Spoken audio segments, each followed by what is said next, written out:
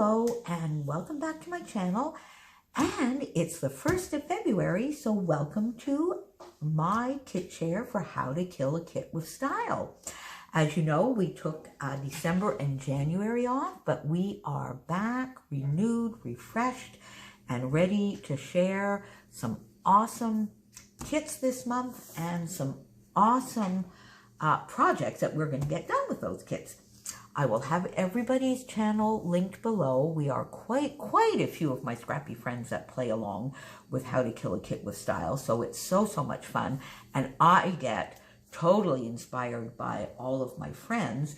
And we hope that you do too. And if you do, prepare your own kit based on this kind of kit sharing, please tag us, link us to your video.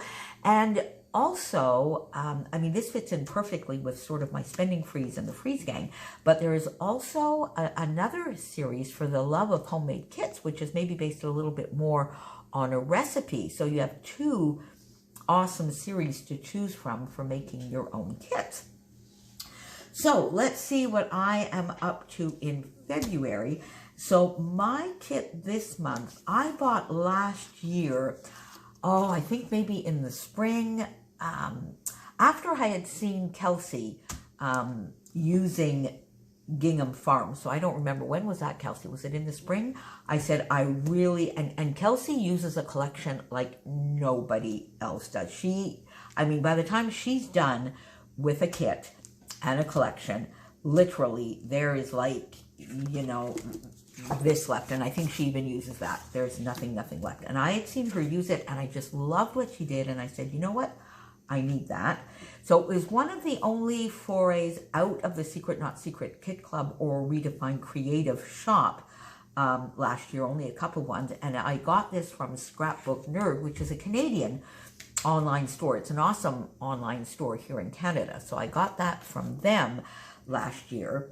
And I did use it because this says here 6 pattern papers, and I think I have 4 here. So I certainly use it for a couple of layouts, but then it sort of got put aside. So I took it back out, added a few things to it, and that's what I'm going to be using for February. So here is the pattern. This is from the Gingham Farm. It's creams and whites and black and gray, so tonalities, and there's a lovely sort of mossy green in there as well. So it's almost monochromatic, and we'll see what kind of pops of color that I can add to it. So, and this is just a lovely plaid, birds of a feather, and this collection mixes the cream and the white. So you see here, this is sort of more of a taupey gray, black. This is definitely black and white. And this side is the cream. These are also very usable as backgrounds, as layering pieces. A few little X's here, and another tighter kind of plaid here on the back. So these are the 4 pattern papers that I have left from the collection. And then the pattern papers that I added to it, I sort of went on a little bit of deep stash diving. And you might say, after seeing those 4, what are you doing with that kind of green? But you'll see when I show you the 6x6 paper pad that there is sort of a green to it. So I used it. This is from Cosmo Cricket. It's a 2008 paper. I took it for this side, not for the other side, for this lovely sort of green, mint green, I guess it's a minty green. Then I went into the Doodlebug Petite Prince, which is something else that I got from Scrapbook Nerd sometime last year when they had a big sale going on. So this is from 2015, but I got it last year. It's fairly new to me.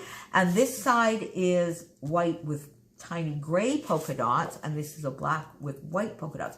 And I think I have another sheet of this in my stash should I need. Again, this lovely mossy green. This is called Holly Jolly, and it's from Tada Creative Studios. I don't even know where or how I got my hands on this back in 2008.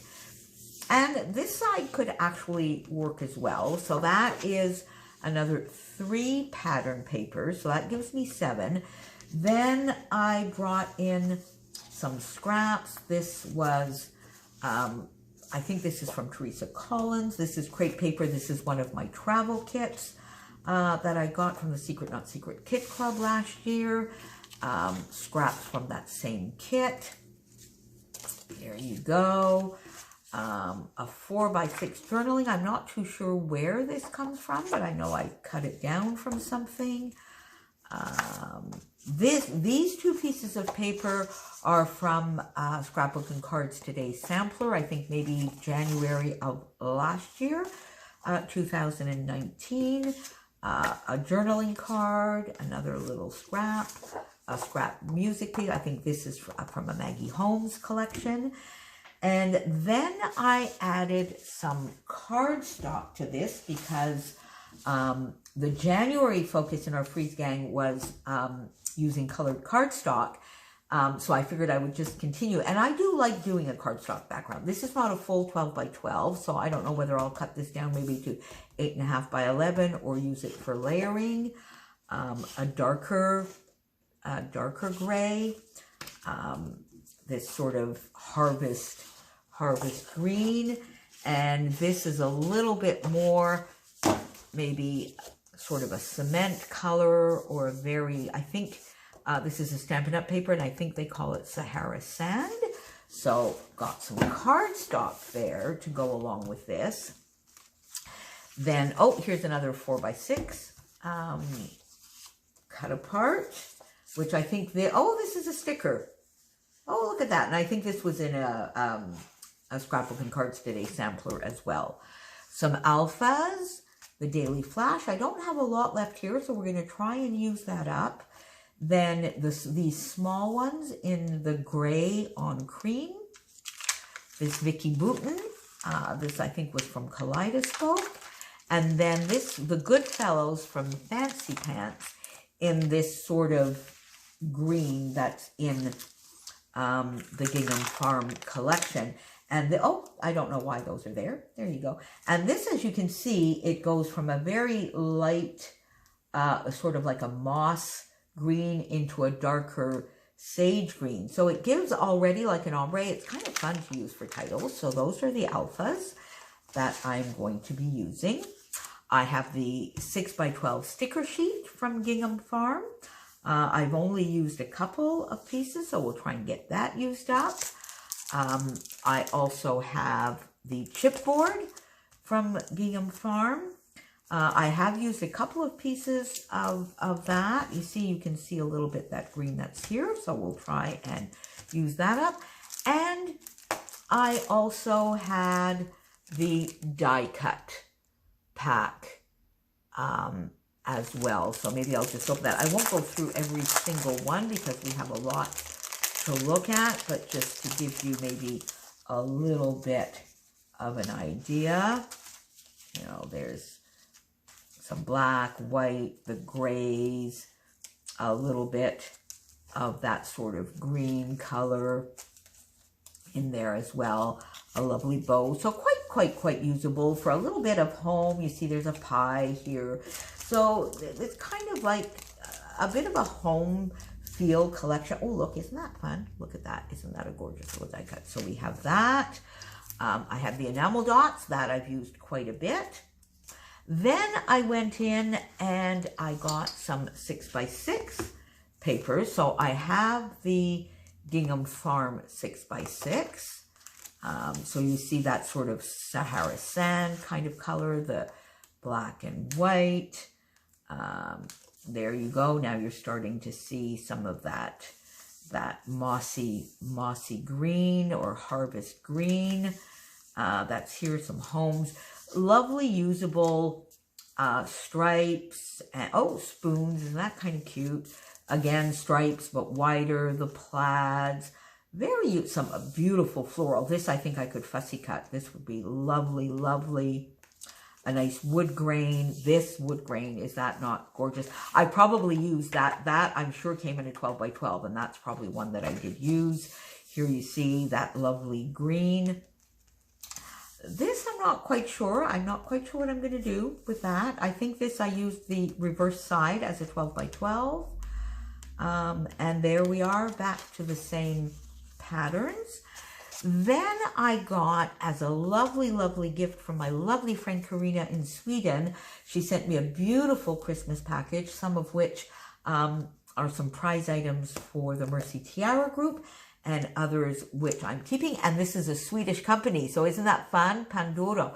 So I get to have some little sweet, and this is all beautiful black and white and grays.